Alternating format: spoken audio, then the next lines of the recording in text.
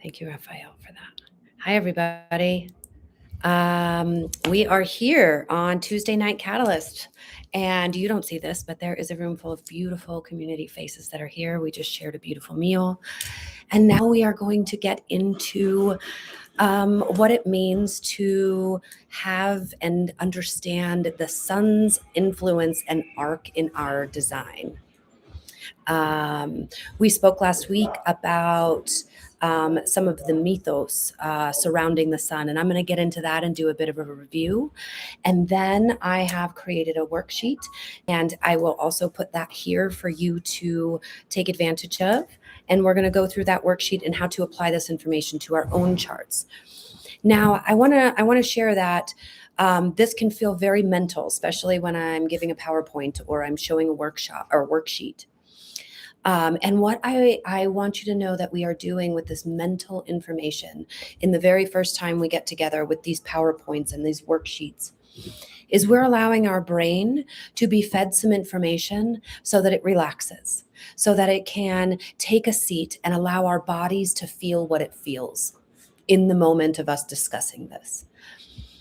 I have the experience, and I'm sure everybody in this room, and maybe all of you too, have the experience of your mind hearing a word or a phrase or something that didn't just sit right. And so now you've not heard whatever else came next, or you didn't understand the concept. So your lexicon couldn't make that leap. So what I like to do is build a foundation of understanding for your him, your masculine wanting to provide and protect and create neurology to keep you alive and safe. I want to feed him so that he can allow her to feel what we're talking about. And that's what the first week will be, this Yang lecture teaching. And the second week will be getting into your design. I may be a little clumsy in these first couple weeks, but bear with me. I think that we'll be able to refine it together. So guys, in the live, I am really dedicated to this community on Tuesday, but please know that I will come back and ask or answer any questions that you ask here in the comments. I just won't be really accessible here because I want to be available here. So thank you for being here with us. Okay. So let's get into the review of last week. And last week, what I did was I just wanted to go over some of the, well, first, the arc of consciousness that we started with. I wanted to remind everybody that we started with Chiron. And the reason I set Chiron at the head of our table is because all of us who are born right now are edge pushers of emotional intelligence. Chiron is the centaur of emotional intelligence in the mythology that I understand.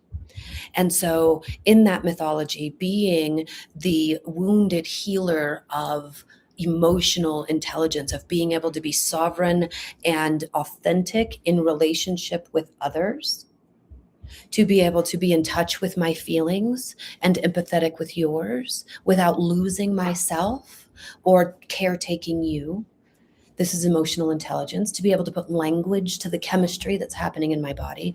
This is the myth of Chiron. And everybody who is here right now in this room is doing that work. Another way of saying that work, Joseph Campbell beautifully outlined in The Hero's Journey. The Hero's Journey, and subsequently beautiful women have written The Heroine's Journey, because they are two different journeys. And this journey is the journey of sovereignty. And another word in my vocabulary for sovereignty is emotional intelligence, is being able to stay as I be and you be as you be, and my heart be wide open in the process. So that's why Chiron's here. So I set him at the front of the table because I believe, and what I've seen in my practice, is that every single planet in your design is going through this hero's journey. Every single planet in your design, we're going to put on the costume of Joseph Campbell's hero's journey. So we're going to do that with the sun. And if you don't know the hero's journey, there's this other body of work that I work on that I have been developing called the spiral of everything. And I am just building correspondences to the hexagram in every dimension of life. And I'm showing how everything we do moves through the spiral of the hexagram. 1, 2, 3, 4, 5, 6. That's another allegory or story for the hero's journey. So that's what we're going to apply in this worksheet today to your specific sun. We are going to see, one, that you are here to be seen. 2, that your power must be stewarded consciously. 3, that identity is responsibility. That is how you show up and do the good works in the world. Light reveals both truth and shadow. Life renews itself through cycles, and withdrawal of light follows disrespect, and true sovereignty serves the whole. This is what all of the core mythic themes of all of the teachers in many different cultural teachings have taught us. I'm not going to go through each of these in depth again, but I would like to share that the ancient Egyptian sun deities, their stories shared that authority must be aligned with cosmic law, not personal desire. Each deity, the distillation or essence of their teaching was about cosmic law, not personal desire. Movement of the divine over egoic self, right? Mesopotamia had Shamash and Utu. This was about justice. This is about understanding that nothing hidden survives the light of truth. This is gate 36 in human design. This is that the darkness always extinguishes itself. The light just has to surrender to it and watch it with the eyes of peace or love or neutrality or equanimity or whatever word you want to choose in your chosen cultural background. And remember, when I'm saying this about these gods and these myths, I know maybe sometimes it's hard to put those costumes on yourself, but these are the teachings about your personal sun. And your personal sun is the way the light shines from you. Ancient Greece and in Rome, the distillation of these teachings were that illumination without humility becomes destruction. Right? I'm so great. I'm so great. I'm so great. I'm so great. I'm so great. I'm so great. I'm so great. And nobody listens any longer. But I'm so great with the humility of works is your light. But illumination without humility becomes destruction. And in Rome, the light endures even when civilizations fall. Their Invictus, Solus Invictus, carried on into Christ. And we'll go there next.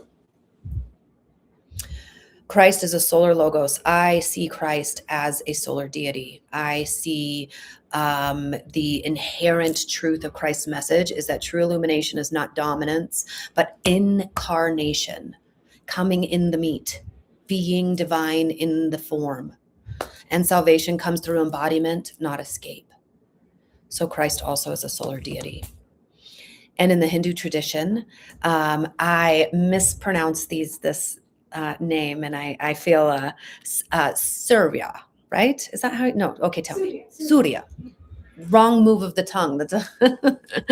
So this essence, in my understanding, is that right action arrives from inner illumination, not outer knowing, but this inner come outward, and that's where right action is. That's how you be in right action with everything, no matter if you can't see it around you. When you move from that divine inner spark, everything choreographs in your favor.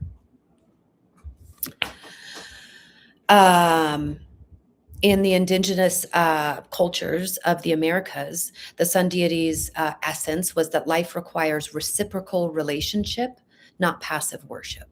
So again, we're talking about the sun in your design. It requires right relationship, reciprocal relationship, not just, oh, I'm going to sit around and maybe it'll shine. It requires a relationship of cultivation, just like nuclear fusion in the sun requires a relationship between elements. In Japan and Norse traditions, the essence that I received from these beautiful teachings, I love this teaching, and she goes into the cave and she comes out only after respect has been restored. So this teaching came at a very important time in my life about respect and the relationship between respect and surrender.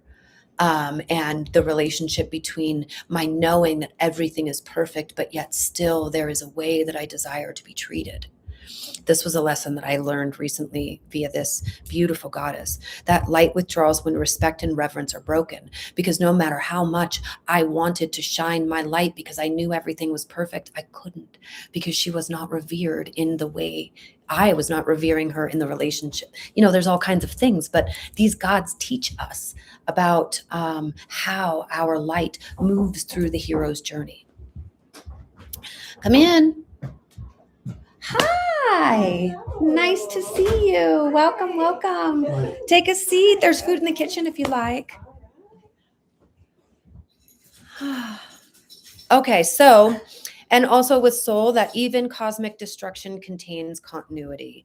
So understanding that even if your sun comes and burns, whatever your sun or your authentic divinity of expression is that is in the moment can burn, just like the sun burns. But understanding that that burn turns to ash, which also nurtures the ground, which there is always a continuity in the energy of the way your sun moves. So not to be afraid or ashamed of shining, understanding that it will burn some. And that is part of this process. In alchemy and esoteric symbolism of the sun, this is gold. This is consciousness. This is your individuation. This is the fully realized self. The sun is the endpoint of inner integration. I'm going to say that in another way. All of the planets in your design, all of the dimensions of your reality are here serving the shine of your sun. Sits at the head of the table.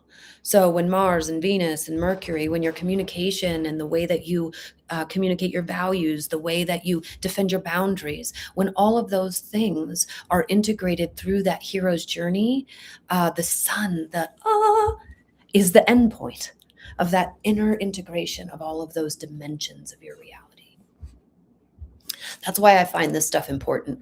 I mean, I like to feed my mind too, but I find this stuff important because I can find myself on the map. I can see that all of these dimensions of my reality are in their own hero's journey, and I can nurture them accordingly, like I am their mother, instead of defending against or calling wrong or making better. For none of those things. All of them I can just see in the process of the journey and nurture accordingly. That's self-love. That is that inner integration that I've learned. So what we're going to go through in your specific sun is the source, the beginning.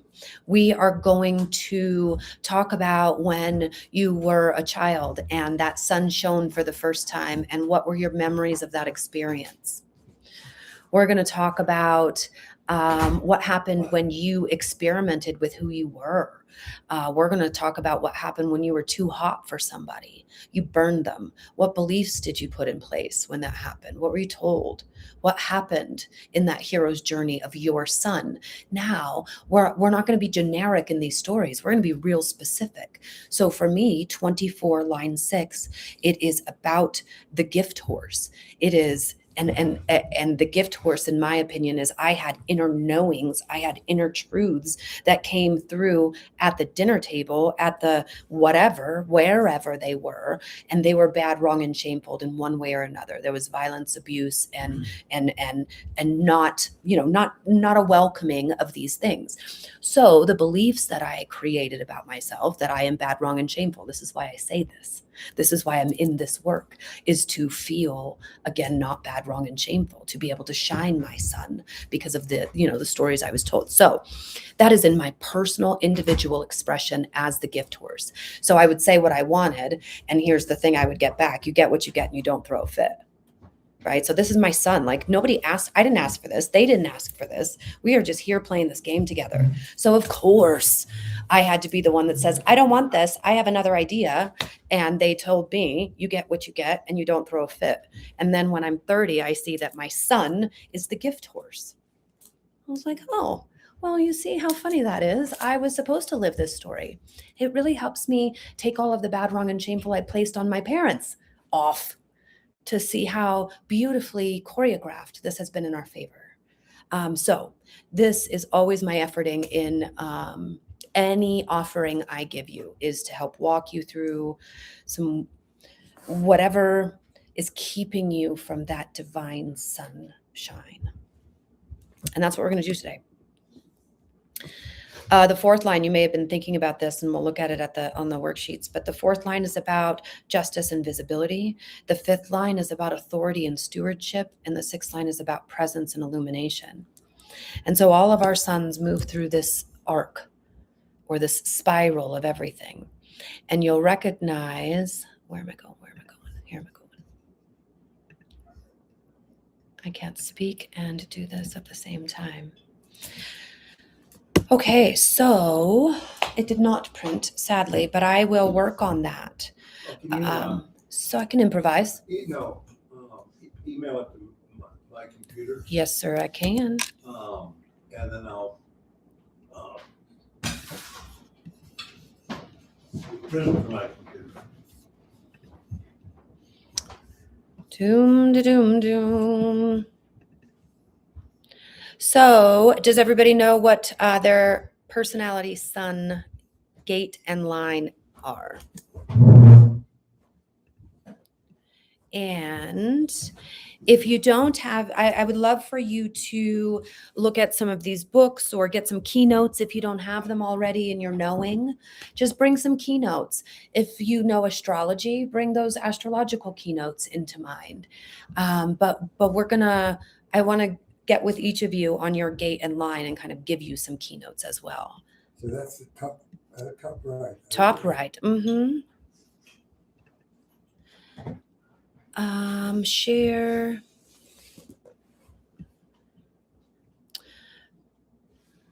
Ray, can I text it to you? How long is it? 10 pages. It's just a PDF. Can you email it to yourself from your phone? Okay, hold on one second. I'll get there. I'm going to do it right this second.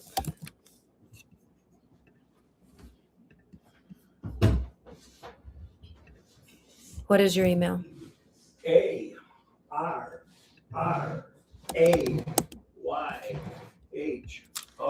I lost it. Arejo.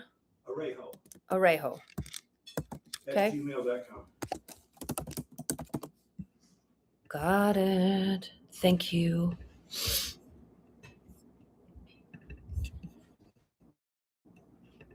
Okay. Now I'm going back here. Okay. So let's just get some keynotes in mind. Your sun and line? What is 40. Line 6. Line 6. So I haven't got it yet. may I have this Gene Keys book, please? This one? Yes, please. Thank you.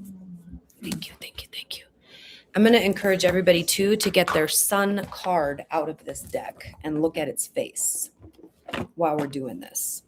What I'm doing, I'm using Rosie Arnson's Wisdom Keeper deck. And if you don't know who Rosie Arnson is, you should.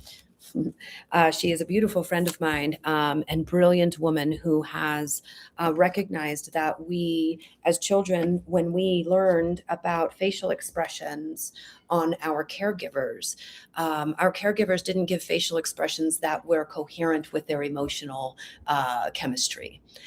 That's not how we grew up. And so we have a bit of a warped sense in our original neurology about facial expressions and what those mean and how they're tied to emotions. She's a brilliant woman, and she's done through meditation the faces of each of these archetypes in their original form that she moved through her beautiful meditations. And she is a wonderful heart. And so if you want to find gate 40 in there, you can have also a different take on this energy in your design. Number 40? Number 40 it would be. And so, I can riff on 40 a lot, but I just want to give you these very specific key notes so that you could tell your story. May I record this? Yes, Just in case I want to preview it. Where is that? So which is your sun? The top right. So, I have a 13 and a 3. 13 and a dot and a Yeah. 3? Yes. So your sun is in 13, line 3. So we're talking about the human design chart here. Okay. So gate 40 in your sun, again, we're going to start as baby children. We're going to start at this imagination that you came into the world and you were in your first 7-year spiral and you started feeling secure in who you were and your expression, your authentic archetypal expression started budding into form. For you, Raphael, that archetype moves from exhaustion to divine will through resolve, right? I'll do it. I'll take care of it. And it moves from contemptuous, this like, I'll do it my way and I'm going to fight and how come nobody else has the willpower to do this thing that I'm doing, into also acquiescence. This I know that I'm powerful, but nobody else seems powerful, so I'm just not going to show my power or my will. So that's the resolve aspect. That's the resolve aspect. And this spectrum of consciousness for you, there could have been maybe your parents called you a willful child or something like this. So what I'm going to invite you to, remember, we're in line 1 here. So the foundation of your sun, in this worksheet, and we're not going to consume it all tonight, but in this worksheet in line 1, I want you to imagine building the foundation of the experiences you had when you exerted your will in your family of origin in those first 14 years or so.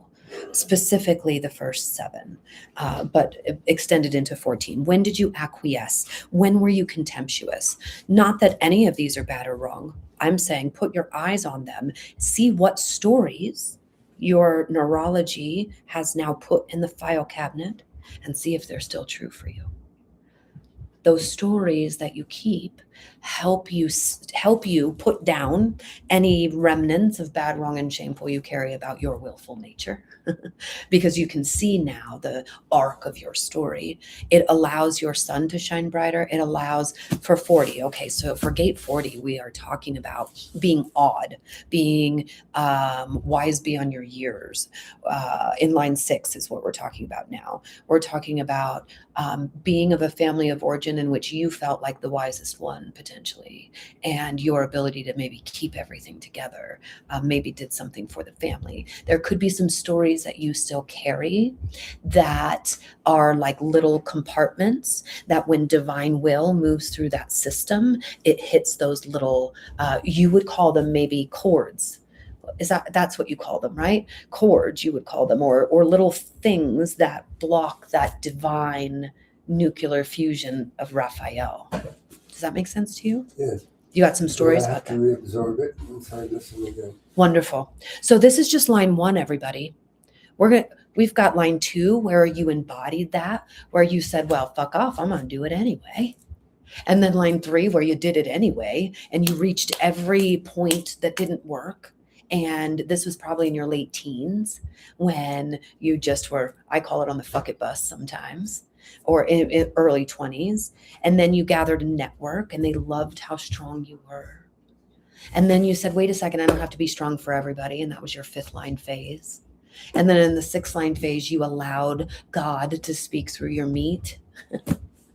So this is the arc maybe of your consciousness in gate 40, line 6. And so that's your arc, your specific archetype. We all are evolving an archetype of our own. And so what I found is it doesn't matter how far you are along on your journey, how much work you've done, how old you are even, we all have hooks. We all have some neurology, right? Or we would have ascended. We would have come out of this meat suit and we would be in the next rainbow body somewhere else. We still have, not that it's bad, wrong, or shameful. We're just here on this earth doing this thing. And so let's do this thing. And this thing is moving through the archetypal expression of that, so that in 40 specifically, it is the will of the divine. It is thy will. And you had to learn, it's not my will, it's thy will. So that might have been part of the arc of your story as well in That's Gate 40. my mantras. Yes, of course. Wouldn't it be? Because every time it was your will, you probably tripped over your own 2 feet. But thy will is a whole different story. Thy will, you're lifted. Okay, so this booklet here, this worksheet that I've created for us, takes us through 1, 2, 3, 4, 5, 6, with prompts, with breathing exercises, with things like that, so that you can explore the entire spectrum of consciousness. But I would love to just keep talking about it if you wanted to. And I'll go through everybody in the room, and we could just chat about it, and then I can send you this worksheet for later. So, do you have anything more alive in you about this that you'd like to share with us?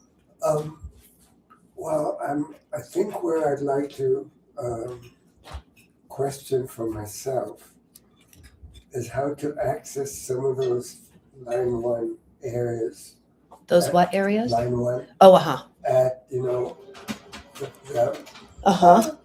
the Those 0 to 7s. The 7 to the 14, 0 to 14. Yeah. Mm-hmm. Because most of it is, of course, submerged. I have found great luck with wild mind writing. Just stream of consciousness writing, setting the timer and posing a question, not answering it. My mind's not trying to answer the question. I just put it in my head and let the consciousness stream. Mhm. I have found amazing luck with clients with this one. Memories surface. And if they don't surface, we don't need them to surface, right? We're not digging for things because I believe everything moves when it's time. So just like you've done with me, when one little block moves, the other one's now a little more accessible and it'll move in time. Yeah. Right. So we're not going seeking. Yeah. We are witnessing and allowing. It's kind of perfect because I've gone back to my earliest days in writing my book. Mm-hmm. Oh. So Yay. this is actually very apropos. How wonderful. So we are going to, over the next 18 weeks, do this with every planet in your design. Beautiful. Yay. How Thank you. perfect. I would like to move to David only because he's going to have to leave first, I believe. Let's look at what time it is. Yeah, well, about an hour from now, but I still want to make sure you get your time. Would you like to go now? Yeah, sure. Yeah. Your son is in 13. This is one of, right, my favorites, right? Everybody has a favorite. It's also my design son.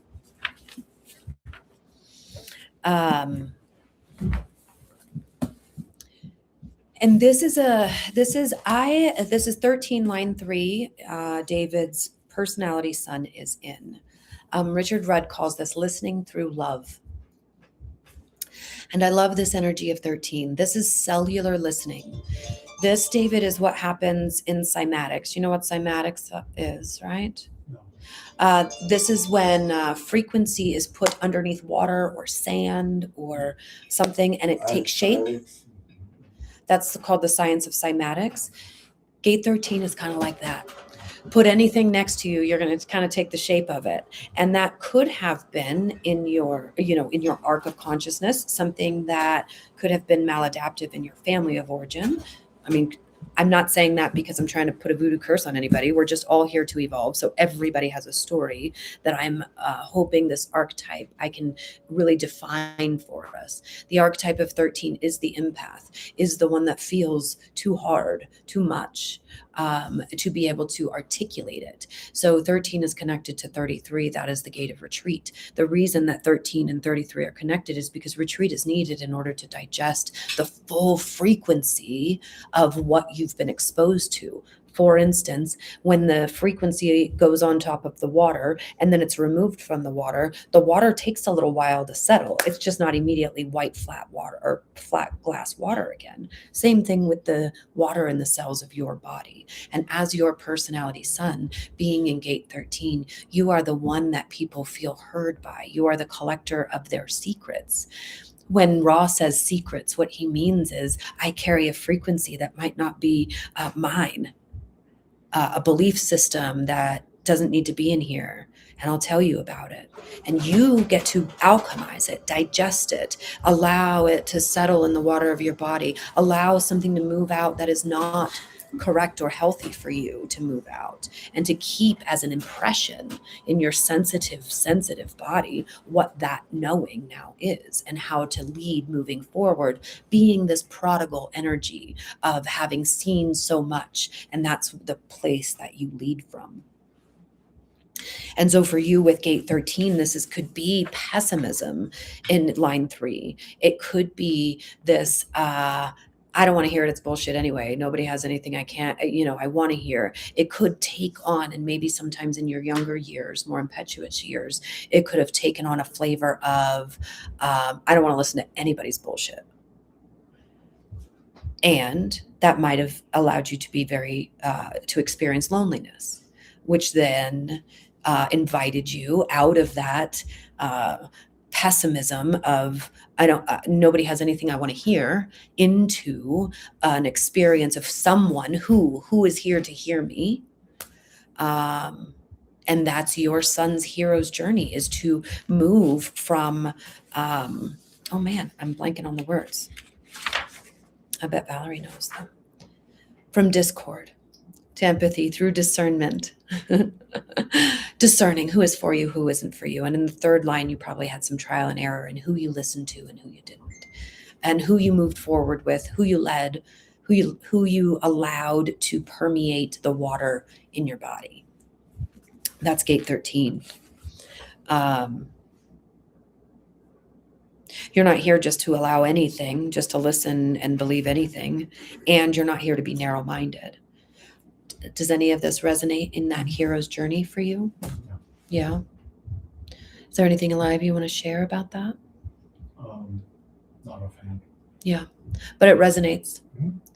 And so when you apply this gate 13 line 3 to this worksheet, or this, in my case, the spiral of everything, when I did this, I was able to see all of the dimensions of my reality that I could nurture, how I could nurture them better, as I said before.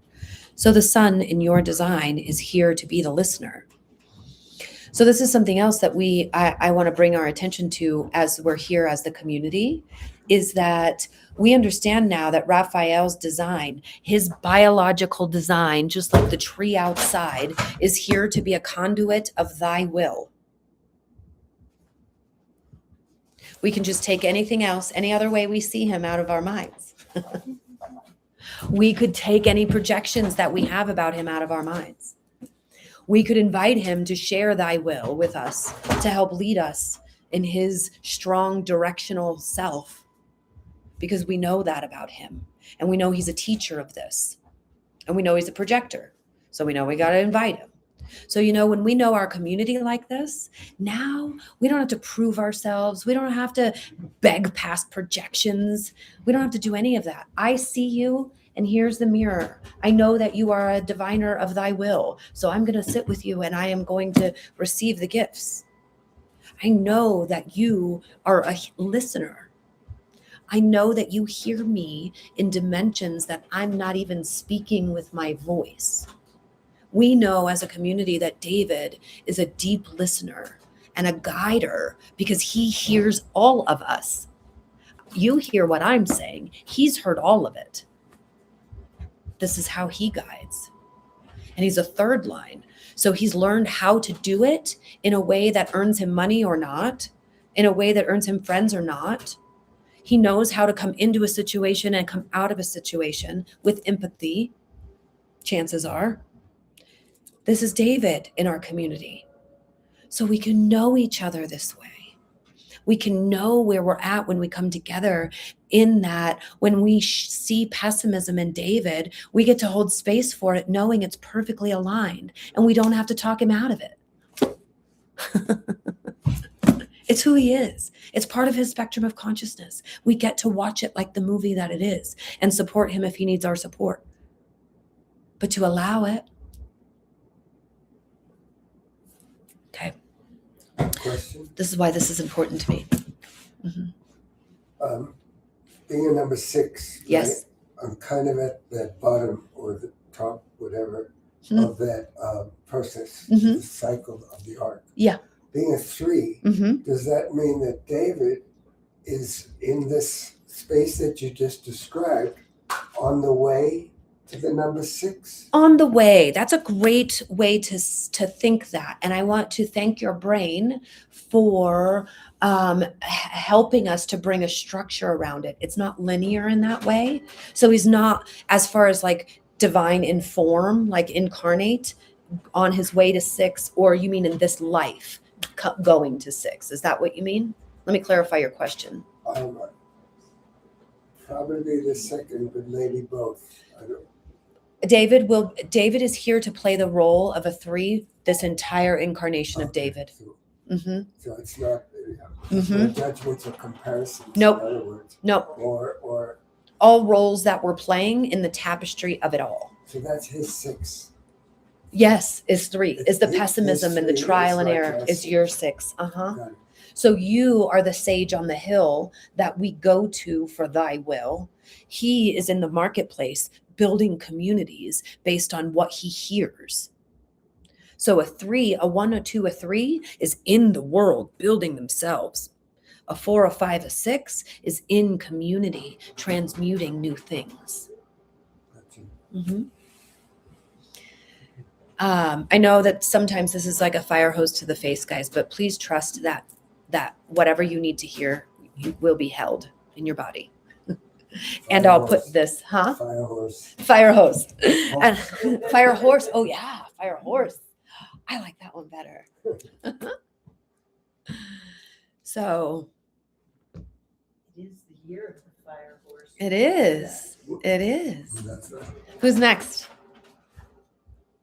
All right, my dear. What is your 19 fire. Oh, yay. I love 19. I love everything. Look, I'm going to say it on all of them, guys. I have every, in my chart, all of these so far. Gate 19. So the arc of your son is here to move from codependence to sacrifice through sacrifice. What does that even mean? What that means is that sacrifice can be had in 2 different ways. The first way is you and I are walking down the street and there's a puddle and you've got your favorite new shoes on that you just bought and told me about. And there's a puddle and I take my jacket off. Why did I take my jacket off? Did I do it because I was afraid of your backlash and attitude when your shoes got wet? Or did I do it because I love you and I love your joy and glee in those shoes and I wanted them to stay dry for you? This is the arc of 19 in everything. Because it's your sun, right? It is the Leo. It is the way that you shine. We know that you will take care of us and I will sometimes use that against you. This is the way the world is designed. When I say I don't mean Brandy, right? I mean I, the world, know and can feel how beautifully you take care. And I want it because almost everyone you've come in contact has never been cared for the way they need to be cared for. And a 19 can just feel it and just give in ways that feel scrumptious. And that scrumptiousness then gets taken advantage of or manipulated for sometimes to keep it, right? I won't show you my authentic self because I'm afraid you won't take care of me anymore. So now I'm going to manipulate and give you an attitude about how you got to put your jacket down because I can't have my feet wet. So that's how that dynamic turns and flips like that. Not that you've ever done anything wrong. It is that you are here evolving this archetype for the collective, for all of us. So every time you ebb and flow in this codependent, am I sacrificing myself or you? And what is the balance there? How do I even do that? Think back to those 0 to 7, 7 to 14. So 0 to 7, when you were just building the foundation of what it meant to be cared for even. So you might have some stories about your needs either being over cared for or under cared for, but needs being a theme for you. 7 to 14, there could be all kinds of stories about that, but probably you gave yourself away thinking everybody loves me, so I'm just going to love everybody. And then 14 to 21, you found out actually they don't fucking love me, so I'm not going to love anybody. And then again, you got the opportunity to meet loneliness. We all get the opportunity to meet loneliness in our stories. And that's what brings us out into the world, because the gate 3, 1 is foundation, 2 is naturalness, 3 is trial and error. Trial and error naturally leads to isolation in this economy, in the way we think here. A 3, because we can't get it right, sometimes removes themselves completely from the game. And then loneliness is the beautiful gift that we're given to come back out and to line 4, to be in our networks and to share what we know. So part of the arc, you've never done anything wrong. And then you were the heretic. You were like, oh, you know what? I don't have to just lay myself down for everybody. And you know what? I don't have to be a bitch to everybody. You know what? There is a middle ground where I feel loved and they feel loved. And I think I might have found it. That is your son. What line? I didn't even talk about the line. 5. Oh, and the way you care for people is the way that can be a practical way to be cared for, even though it might not be the way they were going to care for themselves. Let me tell you this another way. I tell you that I want donuts, glazed donuts. I'm sick. We're besties. I say I want some glazed donuts. You go to the store, you get gluten-free, you get You make me glazed donuts, but I want a Krispy Kreme. And I told you that. And now I'm persecuting you because you didn't get me what I wanted. But what you did get me was the thing that was healthier to be sustained in the future, right? It was the thing that was good for me. But I'm going to project all of my unfulfilled needs on you. 3 fingers back at me. Bing, bing, bing. So when I'm pointing at you saying, you didn't get me Krispy Kremes, you don't love me, what I'm saying is I have wounds about not being loved and my needs not being met the way I want them to be met. You see, so this 5th line is a beautiful way to be able to lead people into the future about how to share their needs. Again, I started this story about emotional intelligence. This is what this is all about. I wonder if you have anything alive in you. Wow, that's good. That's a lot. So 19 is 5 is caring for how I care for others, and 19 is coming out of codependency from, say, family or marriage or something, and then it goes through the different stages into more of a sovereignty. Yeah, let me say that another way. Codependency, 19 comes first. Codependency to sacrifice, the way that you meet people's needs, the way that you flirt with the world to get your needs met, that spectrum of consciousness from codependence to sacrifice and how you feel within it is your arc. How you do it is line 5 in a heretical way, in a way that breaks tradition, in a way that says, no more Krispy Kremes, yo. Right. And it's something that is leading me into a better way of doing something than I knew before. And we don't like to be led. So we're going to fight you. That's the why the 5, why Ra Uru says you are burnt at the stake. Because when you are changing me, look, my 1st line, I built that foundation. My 2nd line, I danced on it. My 3rd line, I explored. My 4th line, I built a community. How dare you tell me I have to do something differently? But that's evolution, babe. That's why as a 5th line, you don't live in my village. If I'm the shaman, you live out on the hill, right? Because you can't live here all the time because I don't want the heat of your projections about the way I got to change all the time. Nobody wants that. We love you.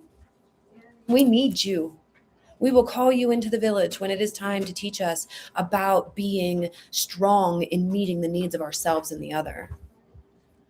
But if you're always in our face with it, we're going to burn you. Yeah? Man, that resonates deep. was. In my shamanic work and my shamans, they call me the Heyoke empath. Yeah. And so that makes sense, the 19.5. Because people There you see go. what they don't want to see in themselves. Yeah. Thank you. You're welcome very much. You're welcome. So in our village, in our community, this is another empath, but this is the one that is going to teach you to hear everything David shows you how to hear and not lose yourself. She is going to be the leader, line 5, of codependence and sacrifice, and you finding your healthy balance in between that. That sounds like sovereignty. It is. Yeah. Choose your sacrifice. Yeah. Yeah. Choose your own adventure. Yeah. Yeah. I love it. And a sacrifice willingly given is done. So again, I just want to take a moment and share how special this is to me before we move on, because when I can share, my gift is to do this. And it feels as if I am meeting God herself. And so I want to, it literally has a feeling in my body that I want to wash your feet. I have a bowl that I used to bring. It weirded people out, but it really had me feel as if I was meeting or reminding. It's such a privilege to remind God of who she is, who he is, who they are. And that's what this feels like, because you don't not know this about yourself. You know this about yourself. But to be seen and then have somebody that has my design of a voice say, hey, village, this is who she is, That's so cool. soothes my 11th house Chiron sun wound I of see you belonging. and I appreciate it. Thank you. All right, who's next? Okay. 57.5. Oh, everybody is, you guys all have my design. 57.5 is my Pluto. I love 57.5. And it is one of the channels of my authority. So it's very close to my heart, 57.5. And this is acute intuition. This is the whisperer of the wind. The whisper of what? The wind. This is the translator of the wind. This 57 can hear or feel the softest change in an intuitive knowing and have this clarity of safety, unsafety. It's a very knowing, not knowing, ancient. It's definitely the wind. Do you love wind? Do you listen to it? I do listen to it. I don't necessarily appreciate its intensity sometimes. Okay, I didn't ask if you appreciated it. but you, Especially in New Mexico. right. But who else listens to the wind? I mean, I guess all of us in here, we listen to the wind. There's not a lot of people who you listen to it? What does it say to you? 57 is the path from unease to clarity through intuition. And so your arc, right? If we're starting at 0 to 7 or 1, 2, 3, 4, 5, 6, you had to build the foundation of trusting this intuition in the first place. And you're in line 5. So everything I said about line 5 is also here. This heretical, you're not in the village, babe, with your intuitions because you spook the fuck out of everybody. You will have the impressions of what's happened there before. Maybe as a child, you could see the deaths or the things that occurred in the spaces in which you are in. Maybe there is a deep, deep understanding because 57 is about death. It is the direct connection to die or don't die. So it's very primal in that way. And so what is this intuition? Everybody doesn't have this. Probably as a baby child, you said stuff and your mom was like, we don't say that, honey. We don't say things like that to our friends. Or, maybe you had invisible friends, or there's other dimensional realms that are apparent, very, very apparent to you. And so you built the foundation of, holy shit, what is this? And I'm different. Okay, let's be secure, or not. Or you had parents that didn't support that. And that repressed that, or you repressed that, or siblings. There could be a bazillion stories, but it's all around this connection with the intuition. And then you probably got on the fuck it bus a little bit and said, I'm just going to say it anyway. I'm just going to move with my intuition no matter what. And you bumped into things that didn't work. And then you found your people that also had intuitive gifts like you have. And then you probably taught a class about your intuitive gifts. And now you might be a role model about the intuitive gifts that you have, but you may still be in line 1. Here's the deal, guys. This isn't linear. We don't arrive in line 6. That's a funny joke. We will start again, move backwards. Different dimensions of spirals are happening all the time. I attempted to annotate all of my, because I'm kind of a scientist, I attempted to annotate every spiral that I had going on in each of the planets and each of the dimensions of my reality. And it was I had to be a computer to understand, to really get a good grasp of everything that was spiraling in my aura at one time. And I was like, okay, well, you're doing too much. Just be who the fuck you be. You don't have to know about all this. And I gave up, but still, it's every dimension is what I'm sharing with you. I wonder if there's anything alive in you about that. Yeah, I just think it's very accurate. And I'd say that when I was a child, seeing the truth of things wasn't approved of particularly. Right. Because nobody wanted you to be seen. Right. So Because I learned real quickly to just keep my mouth shut about that. Yeah. Because it was kind of a hard one. And so in revisiting these thoughts, I invite you to revisit every, I call it every wave you collapsed. The wave function, collapsing the wave function. Everything is a wave until it's observed, and now it's a particle. So everything that you observed and brought into particle form about that, let's revisit. Put your eyes back on it, see if it stays the same shape, because it won't, because those eyes are looking at it. Very different perspective. Very different. Yeah. And we all know that, right? This isn't rocket science that I'm talking about, but we don't all have paths like this that have been created to walk backwards by yourself to be able to rewrite some of those stories for yourself. So that's all I'm offering.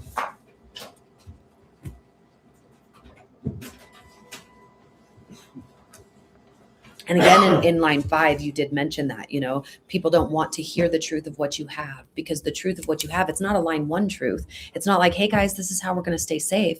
No, you're line 5ing them. You're hereticking them. You are breaking the traditional way of, you see their deepest, darkest, whatever's going on.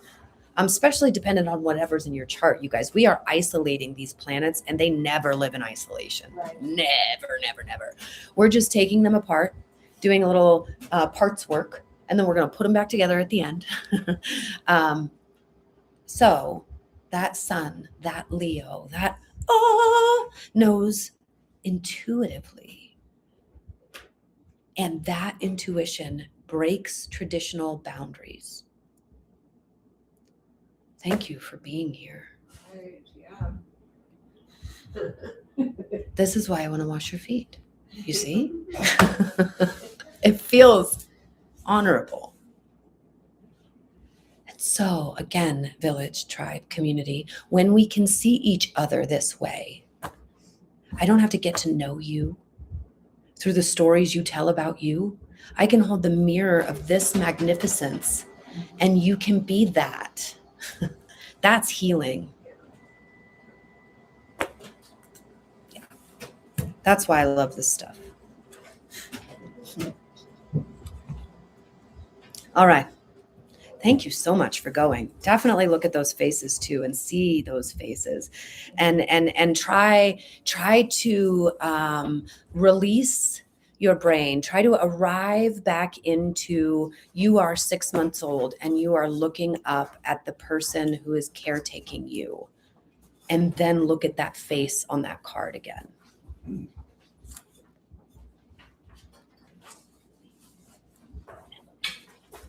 Raphael, thank you for printing them all. Thank you, Ray, Do for we getting have them one? printed. We're probably gonna need an extra one. Okay, one more, Ray. Yay, thank you. Maybe 2 more? Well, the printed 8, right? I think, And then the other came. okay, 9. Mm-hmm. Is this something that we work on with, like, writing or just refer to? You can write in it. You can just refer to it and put it in a journal because there might not be enough space in there for you. One more? Yes, please. One more. What's going on here? Ooh, that's a pretty colored one. Okay, who's next?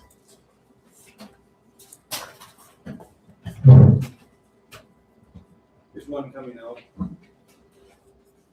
One printing. Who doesn't have one? I- Okay, so everybody has up to. Is one printing right now? No, yeah, Yes, that'll be one's mine. printing. And then Thank you, we'll do the whoever's next here. one. One more? One more for Brandy. 'cause All right, I'll do it. Okay. Okay, what is your gate in line? 23 and 3. 23 and 3. I love this. You have it? I don't have that one. No. I have its beautiful partner, 23, or excuse me, 43. She said 23, right? Yeah, she said 23. Oh, there it is. Yes. Gosh, this sun. I mean, you know your astrological, your degree. Yeah, I am actually 24 of Taurus. 24 of Taurus. So that degree, this number 23 describes that degree. I don't know if you've made that correlation before. Oh, yeah, so it must be 23, 24. Yeah, makes Mhm, sense. mhm. So this degree is the alchemy. So we think of Taurus, right? Well, I'm speaking to you, so I'm speaking your language. So we think of Taurus, and then we think of the arc of consciousness of Taurus, right? Everything goes through this arc of consciousness I'm talking about, from building a foundation. What does Taurus like to do? Where am I safe? Where's my food? To let me rest here. To get the fuck out. To wait, come back. To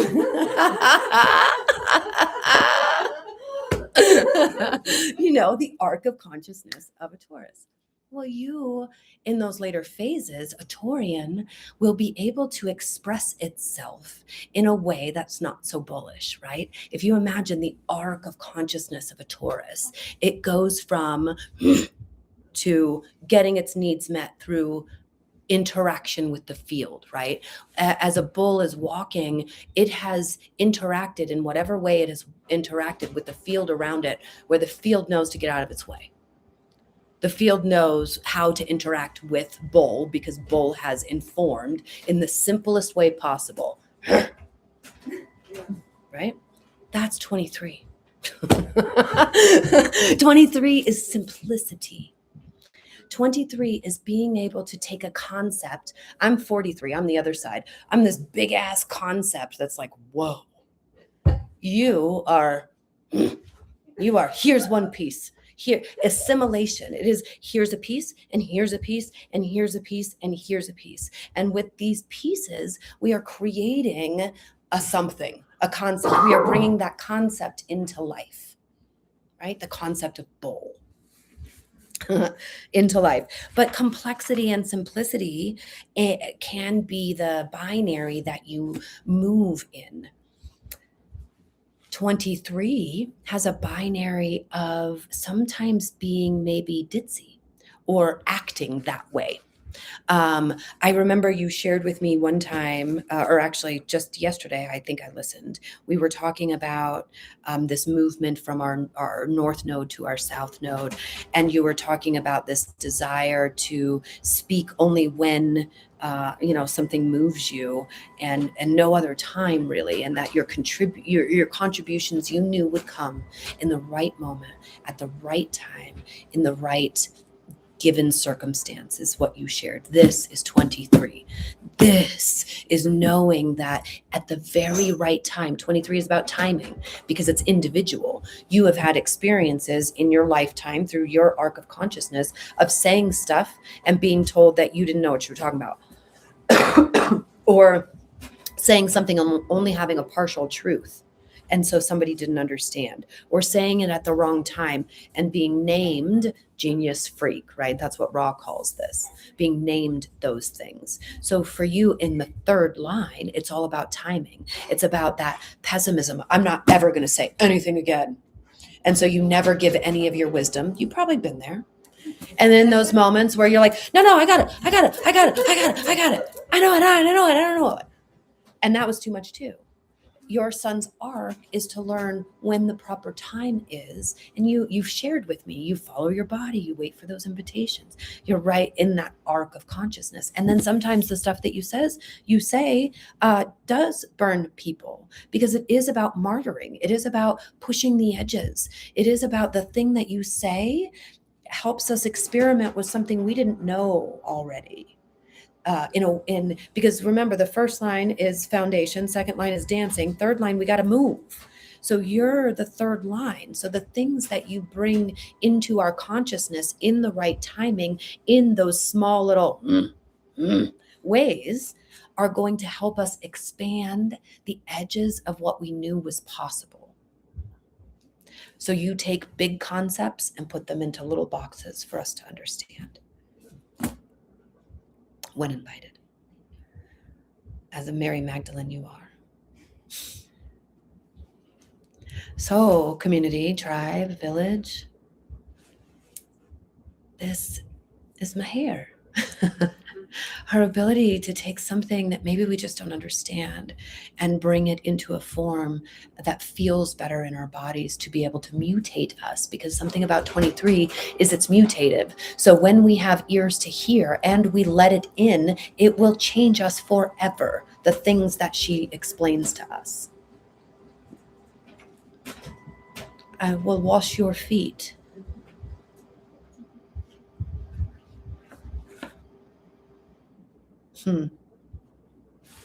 So cool. I'm still going. You ready? Me? Yeah. Who wants to go? My eyes just came to you because we made eye contact. Yeah. 36 line 2. Oh, fun.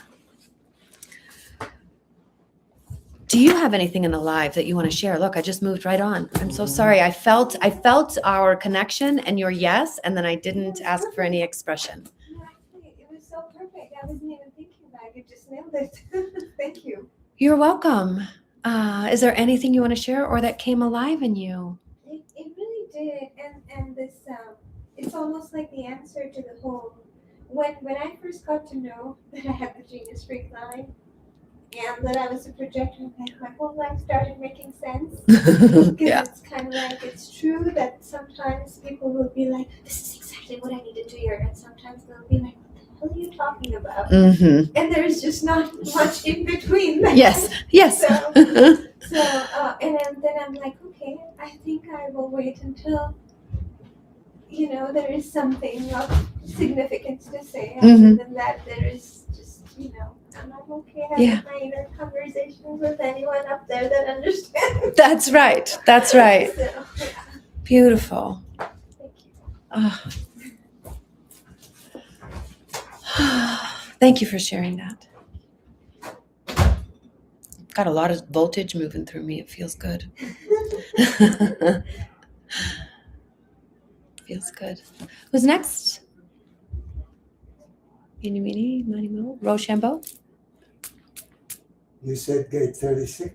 Oh, yeah, 36. Okay. Somebody else was Sorry. 36, wasn't it? 36, line 2. 2-5, my dear. Is somebody else at 36? I seem to remember because I kept looking to see where that number is. I don't think Ray is. Maybe I got it. I think he's at 39 or 38, maybe. 36 is so relevant. Not just because of the astrological transits right now, but 36 is the energy of emotional progress. So when I'm talking about Chiron and the evolution of emotional intelligence, and that all of us here right now, our hero's journey is to be sovereign, informed through our emotional chemistry, to allow our minds to not disrupt our physiology like it does now through stories that we tell that enliven emotional chemistry that make us decide to do things. We're growing out of that into using the body's chemistry, emotional chemistry, as an awareness system rather than a motor, a movement system. And so 36 is, I believe, the thing that is propelling us into our emotional intelligence. It is the energy that moves us into emotional experiences, asking for us to allow the dark to diminish itself, to then see the truth of the story. What is the truth of the story?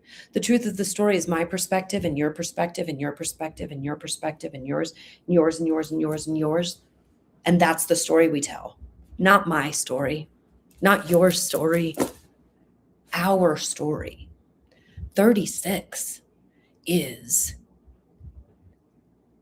in my opinion, the most beautiful gift. It is what we are watching right now.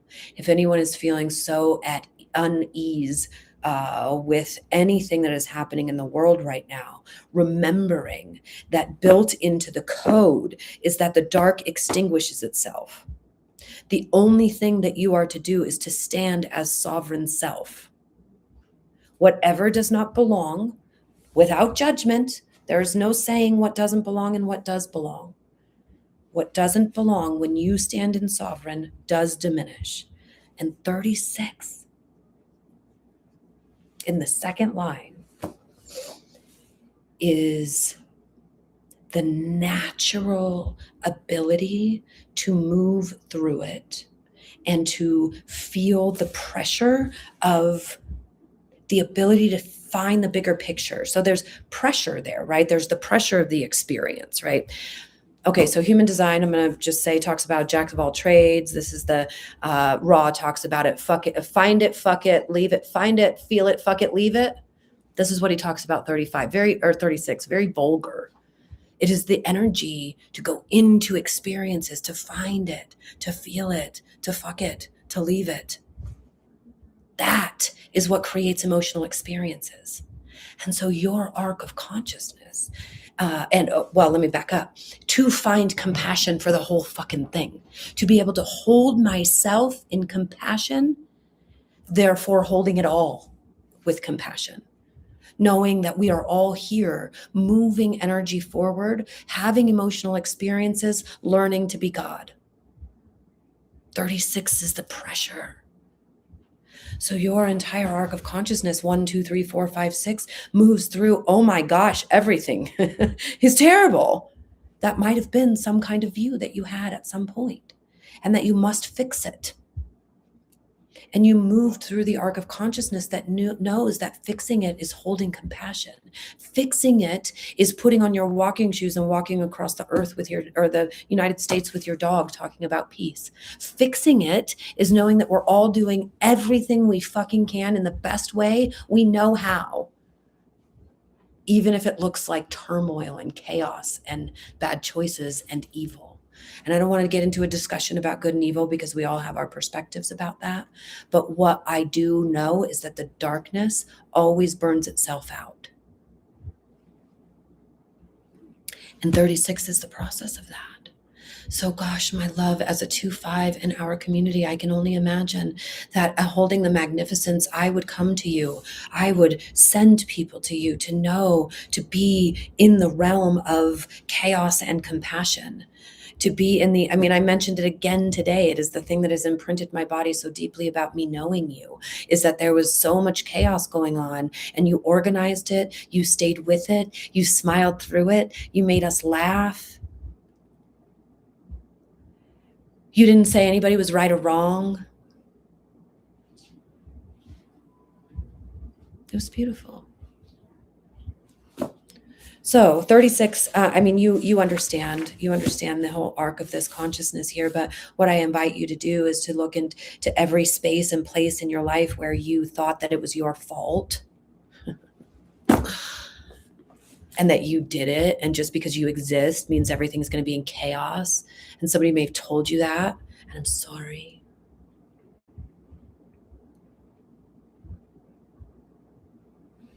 So I invite you to go through that arc for yourself. I'm sure you have in many ways, in many times.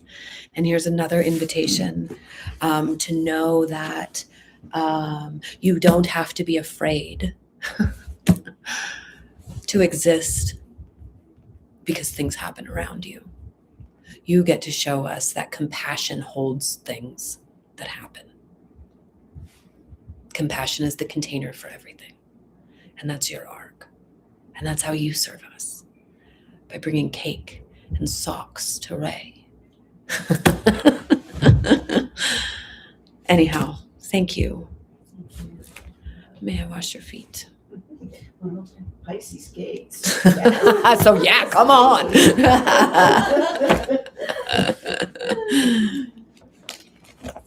Is there anything alive in you want to share about that? Yeah, it's lovely to be seen and not blamed, for one thing.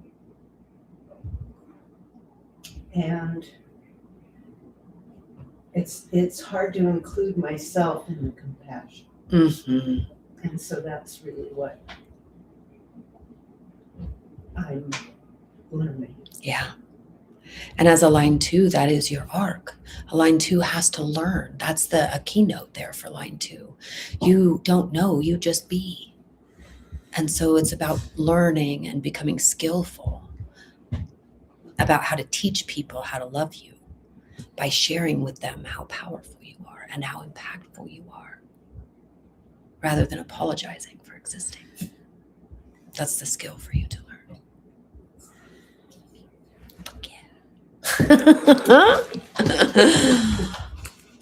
Yeah.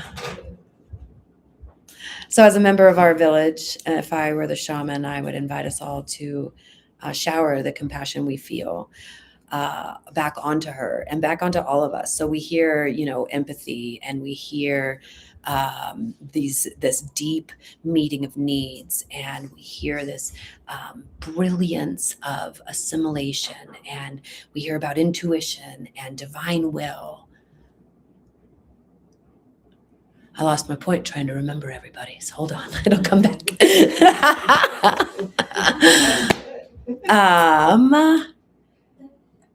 My point. Oh, yeah. My point was to mirror back. We don't know who we are without the mirror of the other. And so when I feel compassion, I'm going to mirror it because I know who you are. And I love you, and I care and have consideration for the you that you're being and the evolution that you're walking through. And so what I can do as a lover of you is give you what you give me. So let's do that for all of us. There again is my 11th house talking. It is just loud these days. Yeah, my sun and Chiron are conjunct in my 11th house. This is what I keep saying. What that means is my brilliance, my sun is sharing space, is broadcasting at the same frequency as my wounding. And in the 11th house, it's about belonging. So my expression has experienced, my who I be has experienced wounding in belonging. And this learning, what I'm doing is only what I've ever wanted. Isn't that how it works? So thanks for letting me do it, guys. We got 2 more. Who's next, gentlemen? 61-3. You are my match, my friend. I am 24. You are 61. Line 3. Okay, well, I'm going to get the exact language. I think I have it, but I don't want to, I want to imprint you correctly.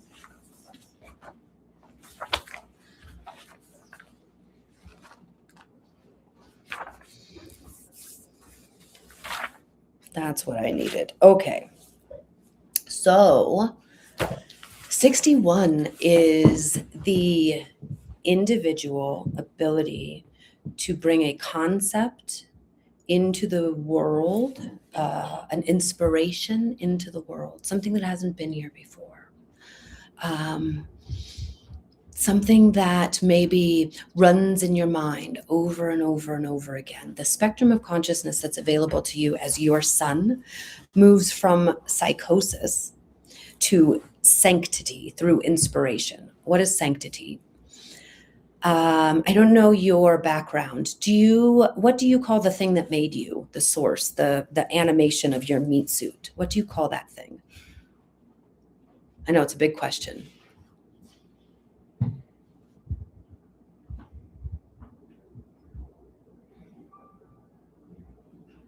I make a joke about how much Kali loves to grab this liver and start my life over. I've had 10 lifetimes in this lifetime. Okay, there we go. This is the thread I needed. I just needed to get to know you a little bit. Hear what language I should speak.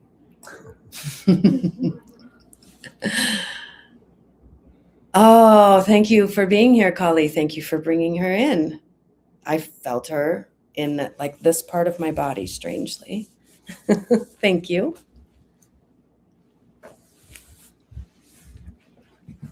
Oh, I love it. Okay, line 3 here. That's where I'm going to start because line 3 is destruction. It is destruction of the first 2. Evolution, again, I keep saying moves 1, foundation, let me be secure. 2, now that I'm secure, I'm going to dance. Okay, now that I've danced, I'm going to explore because I'm bored. That's 3. I'm going to change the way things have been. I know there's a foundation and I know we do things this way, but I'm going to do it different. And I'm going to push the edges of everything I know or everything that could be. She hears me. I'm going to push the edges of everything so that I can first find what's wrong. And people don't like that, but you get a quiet little satisfaction probably out of it. But it's also, if we be honest and we go back to your beginning phases, you probably have some neurology, some beliefs that you still believe about yourself that say that you're wrong and you're bad and you're shameful for pushing those edges, for being different, for not conforming to the way that everybody else thinks about things, the way that everybody else gets inspired. You get inspired from dimensions that do not encounter meat suits. And so that dimensional inspiration, bringing it into the world as yourself could lead to this psychosis, this energy is the energy of the brilliant. Thank you, David, for being here. I really appreciate it. Have fun at hockey tonight. Okay. By all means. Hockey. So I play defense. So this energy of inspiration in the 3rd line, this energy comes from dimensions that are outside of your meat suit. This energy can cause psychosis. This can be the people you see walking down the street with a brilliant something to offer, but the inability to share it. The one who's counting marbles in his mind, but he's got this brilliant philosophy. That's part of what is available to you in this life. What also is available to you is the ability to rest in the holiest of holies. The holiest of holies in a church is the innermost part, right? It is the part where not most people can see. It is the part where the most important relics. It is where the clergy person goes to connect with their God in whatever way. The holiest of holies, the sanctity, the truth of what is trying to come in through your meat suit, not the story you tell about it. That's your arc of consciousness, is to allow this individual thing that's coming through to be inspiring to you, even if you can't explain it to everybody else around you. And you're going to do it by way of trial and error, this thing that you bring in or that thing that you consistently think about. Your arc of consciousness is not allowing that pressure of having to know why it's here rule your life. The pressure of why. We get to move why off the table because you won't ever reach the holiest of holies when you're worried about why the pews are faced that way, right? Why you're going around, why is it here? Why is it here? Now you've missed the whole point of it being there. It's not about why for you. And so you could have moved from this fanatical to disenchanted, this, oh my gosh, it's everything, to fuck it, it's nothing. It could move back and forth in that way. And so the decisions that you've made about yourself in these arenas, I invite you to look at them and see that you are a trial and error person, that you are here to move through the spectrum of play and pessimism and whatever feels best for you, right? Do I play with this inspiration or do I say that shit's never going to work? What's your choice? That's a third line decision. That's a spectrum of consciousness that's available to you, and your body will show you the way in what is proper. But what I will tell you is that some of the stories that you've told about yourself between 0 to 14 years of age will keep you in the fuck it nature rather than the inspired nature, right? It'll keep you in this space of I'm righteously correct in what I know rather than the sanctity and holiness of being the expression of what you know. I wonder what come alive in you. What, if anything, came alive in you? It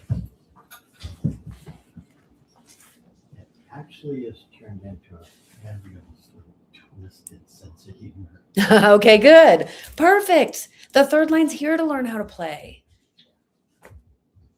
And it's twisted because it's never been here before. It's not this dimension. You're not talking about this kind of stuff. You're talking about stuff that probably makes people real uncomfortable. The occult, dark stuff. Not without it actually needing to be there. Well, there you go. Needing to be there. I'm pretty accomplished at my Zen at this age. Yeah. I've been a master and a world Oh, healer teacher. I'm telling you about the holiest of holies over here to a I'm preacher. retired. I call it retired-ish. But I used to do all that stuff. But whether it was a teaching that said don't feed steak to babies, Mm. The obvious thing is everybody's on a different path. Mm-hmm. And this whole idea in the healer world about, being the Messiah, after a while you get over yourself. Yeah. And It's no longer fun. appropriate to manifest something, There it is. it's known. And I can dance in that. Or not. Uh-huh. Yeah. Well, thank you for being here. And thank you for being sovereign and authentic in that, because the 61, we could all be like, what is he even saying? What does that mean? But we're mysteriously attracted to whatever that means. So however you express yourself, whether it be through the Bible or through these dimensional travels and other suits, other abilities to travel in different packages. Maybe I'll say it that way. However you choose to express yourself, we're going to be interested and usually curious, but probably not understand much of what you say.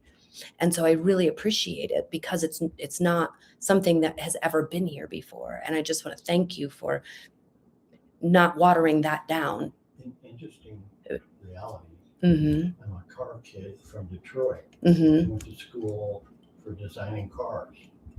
And then I started running into these teachers that dragged me into my contracts. Mm-hmm. And so I actually have a gift at expressing really abstract stuff in a real blue collar way. Yeah. It makes it swallow a whole. It's fun. You bring the occult into the world. Mhm. Thanks for being here.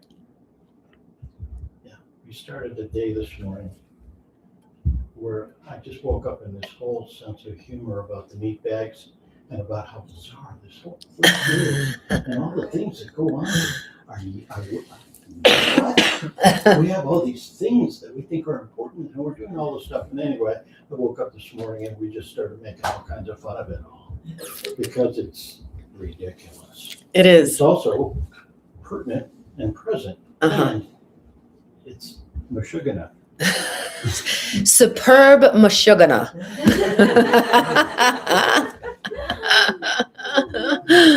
I love it. Thank you. Thank you. Thank you. I'm having a ball watching you. Oh, yay. Yay. Thank you for being with us in this way. Yeah. Thanks for receiving. 38-2. Oh, yes. 38-2, my dear man. I'm going to look at the book in a minute, but first I'm just going to talk about the natural ability that you possess to inspire us to move toward purpose. Yeah, you're like, I know. We've talked about 38. We talked about, I mean, you know about 38. But 38, 28, so 38 is on the other side of 28. And I like to describe the gate that it is almost always by what it's not. That's how we know things. That's how we learn things, by what it's not, right? In contrast. And so if we look at 38 and 28, 28 is the intuitive knowing of what to fight for. And when we're saying what to fight for, it's not to fight for ego power. It's not to fight for voice power. It's not to fight for direction. It's to fight for grounded purpose. And 38 is the fire underneath the fight. 38 is the gas pedal on why are you here if you're not being who you are. 28 is the purpose is the fight, right? It's the fight. But what I call it is the desire for life to be lived. And it shows up as a fight when it's not in alignment with its intuitive nature. It's not always a fight. 28 doesn't have to be a fight. It can be the movement and direction and boundaries that I put in place that support the purpose in which I'm moving. 38 is the pressure for that. So the words that I'm going to use are, obviously we've heard your beautiful arc of the story about, I think last week even you were sharing about how when you just stick with it, we were using your gardener analogy in 38, right? The perseverance to stick with the purpose of, what was the purpose of putting the seed in the ground? The perseverance to walk outside and water it every single day. The perseverance to make sure your minerals are proper. The perseverance to grab an entire team to build them so that they can come and clip and manicure and do harvest and do everything that's needed to be done with these plants. You are the pressure of purpose. And so the arc of consciousness that you may have been through is when you didn't have a purpose, right? When there was no gas pedal, when it was empty, when it feels like, what am I doing here? I don't have a garden. I don't have a this. I don't have a that. Where is purpose? So these are those void spots for you in your arc of consciousness that invite you into that deeper surrender, invite you into, okay, there is a winter in my gas pedal, right? You can't always have it on. There is purpose that exists, but 38 exists in an in-breath and an out-breath. It is also a pulse. It's not always on. So in the moments when it's not on and you don't have purpose, that interior melancholy that occurs, that's what shapes your character. That move from either defeatist nothing's going to work, I don't have anything, or that aggressive, I need to get something, let me go get something, and then everything in between. And again, the character, the sun, is those moments that you stay surrendered in the pulse being off, and then the pulse is on, and now you have all of the energy that life needs to have from you as pressure. I wonder what comes alive in you. Get to work, everybody. Get to work. And in the second line, just like Valerie, in the second line as your personality, there is this unconscious provocation about you, where you get to be able to be skillful and turn it back on yourself, just like Valerie with compassion is you in when that pulse is off, you in when you're feeling aggressive or like you have to struggle for purpose. No, you exist, and so you're purposeful, whether you're on or you're off. I think I call it continuity. Huh? It's called continuity. It continues. Yeah. It continues. Mm-hmm. There may be a few void spots, Yeah. which I enjoy. I actually like it When we're in that spot of no purpose. yeah. Yeah, And but it always comes back. it does. Yeah. Whether you want it to or not. Yeah. It comes one way or another. What was his number? 38. No, okay. 2. Line 2. So it's a very natural, like he expressed, way of ebbing and flowing. But again, in that second line, we can feel victimized in some kind of way. So being able to turn that around helps, knowing that you're not a victim to it, but you can be skillful in the surrender to it. I like being happy. Cheers. Me too. Here, here. Yeah. I like being. Yeah. I like being sad, and I like being happy, and I like being angry, and I like being blissful, I like being and I like being sad. scared. Me too. But all those void things, they turn into happiness once I know that I'm innocent. Well, that's what I'm saying. That's where the laughing Buddha, right? That's where Yeah. he reached, is where everything, that's why I like being sad and I like being happy, Yeah. because it's all such a beautiful privilege. And I don't say that, I understand that I have a certain amount of privilege, that we all in this room have a certain amount of privilege being able to sit here and chat about our purposes. There's a bazillion people in the world that don't have this ability, but shoot. When I'm not being happy, I lost my- digging. But When I'm not being happy, I'm busy digging. Yeah. What were you saying, Raphael? I think what you were going towards was being human. Mm. That's the treasure. The Yeah. sad, the encompassing, all-encompassing ability to feel emotion, Right, which right, other right, races don't have. right. Other galactic Mm-hmm. beings don't understand emotion, Right. and that's our seed gift in a way to the Yeah. universe, is that we have emotions. It's Mhm. our virtuosity. Right. Oh, It's I our love that power. word. Our virtuosity, she said. It's what's our power. Yeah.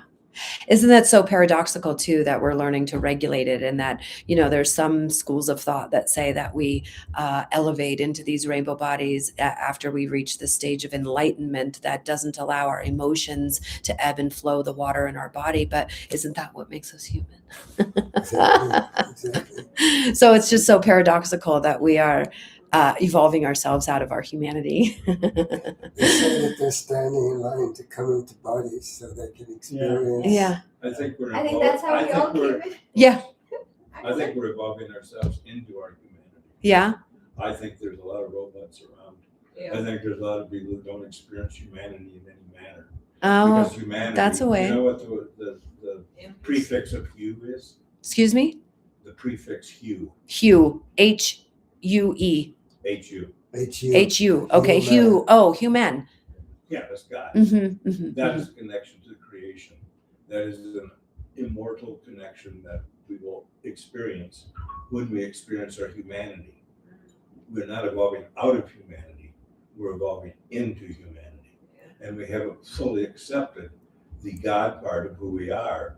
And that's been very much Well, in the but last several thousand years of consciousness, we've been more victimized through self-absorption and meaninglessness and all that.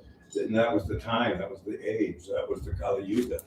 That's where Oh, that suffering took place. right. We're now in the Satya Yuga. Now we're here to be integrated into be oneness with our humanity. And the more we remember we are God, the more we, I believe, ascend from the humanity into I the think we're godlike of nature. Huh? We're of God. Yeah. We're not God. Mm. We're of God. And I think we all have different opinions about that. And we can. Oh, God's I don't know. spark. Hmm? God's spark. Mm-hmm. It's Language part of doesn't do any of this justice. What? Uh-uh. Can we know about your personality, son? Yes. Oh my gosh. Okay. Good one. Thank you. 24, line 6. 24 is the energy that moves from addiction to silence through invention. Through what? Invention. And when we talk about addiction, it doesn't necessarily have to be, worldly addictions, although it can be. It is a neurological addiction to thinking the same way we've always thought. 24 is the ability to have invention through silence. When my mind is quiet, as I'm sitting here, you've given me something to talk about. Brandy moves out of the way and something comes. Silence, what the silence of 24 is the silence of the neurological connections that have been going on for 46 years called Brandy. That thing, when that thing is silent, invention comes. It connects to the ethers and something comes. That something that comes, again, we're not separate from any of the other parts of our chart. So because of the other parts of my chart, what comes is I have open motors. And so I feel you in a very deep way. And I translate what I feel through this 24 through silence. So the arc of my consciousness has been an addiction. It has been, I was born with methamphetamines in my body. My mother has been addicted to drugs her entire life. My degree is in alcohol and drug counseling. And I've learned that breaking the addiction to thinking, breaking the addiction to being Brandy is the thing that allows me to be God. That's 24. The arc of the consciousness goes from, oh my gosh, should I say this thing? Because I'm a 6th line. So it's a thing that hasn't been here before. It's a teaching thing. It's a role model thing. I'm embodying what it means to let something else come through me. I'm not a channeler. I'm not saying I'm channeling. I am taking responsibility for the vessel and for the thing that comes because it comes through my lexicon, because I see the visuals and I express the visuals. So it's not a channel energy. It's just an ability for my neurology to reform itself in this very moment based on what's needed. That's 24. Like you just did. Yeah. Thank you. Translator, A translator. is that identify, I mean, is that Yeah. accurate? Or transform? A seer. A seer, yeah. Well, see, it comes in, you have to give it to me, and then I see it, and then I just use my language to try to describe to you. Well, when I say my language, I need to hear your frequency first, because I need to know your language. Once I hear your frequency, now there's some kind of connection going on inside of me where I can speak the language that you speak, so you can understand me. So maybe it is a translator. Kind of, it's a transformer, transducer, Something. transmitter, Yeah. it's all of those in one. And it's from this LOVE place. And when I say that, I'm not trying to be silly about it. I say LOVE because I don't mean it like that mushy thing that we all do together. I mean, it's the substrate that we live within. It's the ethers of the everything is what we as humans call LOVE, right? So that thing that's coming through me is from that LOVE place. So when I say it, it feels like love to you. So now your cells in your body believe me. It's like an ayahuasca experience almost. There's like a cellular transformation that happens because you believe me, because I'm speaking your language, because I've gotten the fuck out of the way. Yeah. So thanks. You can imagine how people didn't like to hear anything I had to say as my arc of consciousness as a baby child. Yeah. And now we all love everything you had to say. Thank you. Thank you. Thank you. Wow. And there she is. There Wow. she is. Thank you for being here. Whoever was here, thank you. Thank you. I will rewatch it. And if you've asked any questions, I will answer them. See you next time. No, they're not in order.